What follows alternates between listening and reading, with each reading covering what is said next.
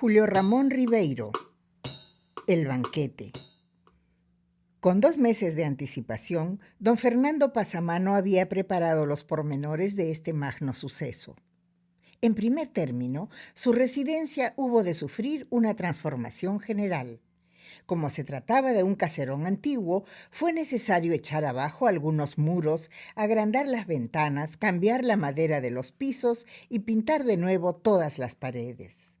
Esta reforma trajo consigo otras y, como esas personas que cuando se compran un par de zapatos juzgan que es necesario estrenarlos con calcetines nuevos y luego con una camisa nueva y luego con un terno nuevo y así sucesivamente hasta llegar al calzoncillo nuevo, don Fernando se vio obligado a renovar todo el mobiliario, desde las consolas del salón hasta el último banco de la repostería.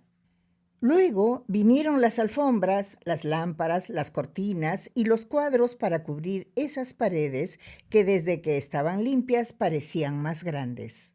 Finalmente, como dentro del programa estaba previsto un concierto en el jardín, fue necesario construir un jardín. En 15 días, una cuadrilla de jardineros japoneses edificaron en lo que antes era una especie de huerta salvaje un maravilloso jardín rococó donde había cipreses tallados, caminitos sin salida, laguna de peces rojos, una gruta para las divinidades y un puente rústico de madera que cruzaba sobre un torrente imaginario. Lo más grave, sin embargo, fue la confección del menú. Don Fernando y su mujer, como la mayoría de la gente proveniente del interior, solo habían asistido en su vida a comilonas provinciales en las cuales se mezcla la chicha con el whisky y se termina devorando los cuyes con la mano. Por esta razón, sus ideas acerca de lo que debía servirse en un banquete al presidente eran confusas. La parentela, convocada a un consejo especial, no hizo sino aumentar el desconcierto. Al fin, don Fernando decidió hacer una encuesta en los principales hoteles y restaurantes de la ciudad y así pudo enterarse que existían manjares presidenciales y vinos preciosos que fue necesario encargar por avión a las viñas del mediodía. Cuando todos estos detalles quedaron ultimados, don Fernando constató con cierta angustia que en ese banquete, al cual asistirían 150 personas, 40 mozos de servicio, 2 orquestas, un cuerpo de ballet y un operador de cine, había invertido toda su fortuna. Pero, al fin de cuentas, todo dispendio le parecía pequeño para los enormes beneficios que obtendría de esta recepción. Con una embajada en Europa y un ferrocarril a mis tierras de la montaña, rehacemos nuestra fortuna en menos de lo que canta un gallo, decía a su mujer. Yo no pido más, soy un hombre modesto. Falta saber si el presidente vendrá, replicaba su mujer. En efecto, don Fernando había omitido hasta el momento hacer efectiva su invitación. Le bastaba saber que era pariente del presidente, con uno de esos parentescos serranos tan vagos como indemostrables y que por lo general nunca se esclarecen por el temor de encontrarles un origen adulterino, para estar plenamente seguro que aceptaría. Sin embargo, para mayor seguridad, aprovechó su primera visita a Palacio para conducir al presidente a un rincón y comunicarle humildemente su proyecto. Encantado, le contestó el presidente. Me parece una magnífica idea, pero por el momento me encuentro muy ocupado. Le confirmaré por escrito mi aceptación. Don Fernando se puso a esperar la confirmación. Para combatir su impaciencia, ordenó algunas reformas complementarias que le dieron a su mansión el aspecto de un palacio afectado para alguna solemne mascarada. Su última idea fue ordenar la ejecución de un retrato del presidente, que un pintor copió de una fotografía y que él hizo colocar en la parte más visible de su salón. Al cabo de 4 semanas, la confirmación llegó. Don Fernando, quien empezaba a inquietarse por la tardanza, tuvo la más grande alegría de su vida. Aquel fue un día de fiesta, una especie de anticipo del festín que se aproximaba. Antes de dormir, salió con su mujer al balcón para contemplar su jardín iluminado y cerrar con un sueño bucólico esa memorable jornada. El paisaje, sin embargo, parecía haber perdido sus propiedades sensibles, pues dondequiera que pusiera los ojos, don Fernando se veía a sí mismo. Se veía en chaqué, en tarro, fumando puros, con una decoración de fondo donde, como en ciertos afiches turísticos, se confundían los monumentos de las 4 ciudades más importantes de Europa. Más lejos, en un ángulo de su quimera, veía un ferrocarril regresando de la floresta con sus vagones cargados de oro. Y por todo sitio, movediza y transparente como una alegoría de la sensualidad, veía una figura femenina que tenía las piernas de una cocotte, el sombrero de una marquesa, los ojos de una tahitiana y absolutamente nada de su mujer. El día del banquete, los primeros en llegar fueron los soplones.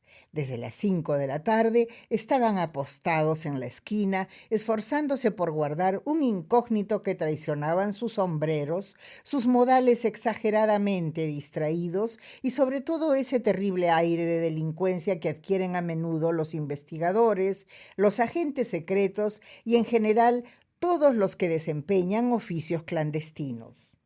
Luego fueron llegando los automóviles. De su interior descendían ministros, parlamentarios, diplomáticos, hombres de negocios, hombres inteligentes. Un portero les abría la verja, un ujier los anunciaba, un valet recibía sus prendas y don Fernando, en medio del vestíbulo, les estrechaba la mano, murmurando frases corteses y conmovidas. Cuando todos los burgueses del vecindario se habían arremolinado delante de la mansión y la gente de los conventillos se hacía a una fiesta de fasto tan inesperado, llegó el presidente. Escoltado por sus edecanes, penetró en la casa y don Fernando, olvidándose de las reglas de la etiqueta, movido por un impulso de compadre, se le echó en los brazos con tanta simpatía que le dañó una de sus charreteras. Repartidos por los salones, los pasillos, la terraza y el jardín, los invitados se bebieron discretamente, entre chistes y epigramas, los 40 cajones de whisky. Luego se acomodaron en las mesas que les estaban reservadas.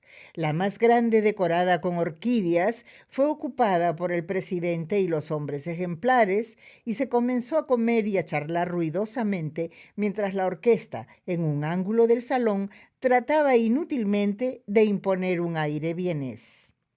A mitad del banquete, cuando los vinos blancos del Rin habían sido honrados y los tintos del Mediterráneo comenzaban a llenar las copas, se inició la ronda de discursos. La llegada del faisán los interrumpió y solo al final, servido el champán, regresó la elocuencia y los panegíricos se prolongaron hasta el café para ahogarse definitivamente en las copas de coñac. Don Fernando, mientras tanto, veía con inquietud que el banquete, pleno de salud ya, seguía sus propias leyes sin que él hubiera tenido ocasión de hacerle al presidente sus confidencias. A pesar de haberse sentado contra las reglas del protocolo a la izquierda del agasajado, no encontraba el instante propicio para hacer una parte. Para colmo, terminado el servicio, los comensales se levantaron para formar grupos amodorrados y digestónicos, y él, en su papel de anfitrión, se vio obligado a correr de grupo en grupo para reanimarlos con copas de menta, palmaditas, puros y paradojas. Al fin, cerca de medianoche, cuando ya el ministro de Gobierno, ebrio, se había visto forzado a una aparatosa retirada, don Fernando logró conducir al presidente a la salita de música y allí, sentados en uno de esos canapés que en la corte de Versalles servían para declararse a una princesa o para desbaratar una coalición, le deslizó al oído su modesta demanda.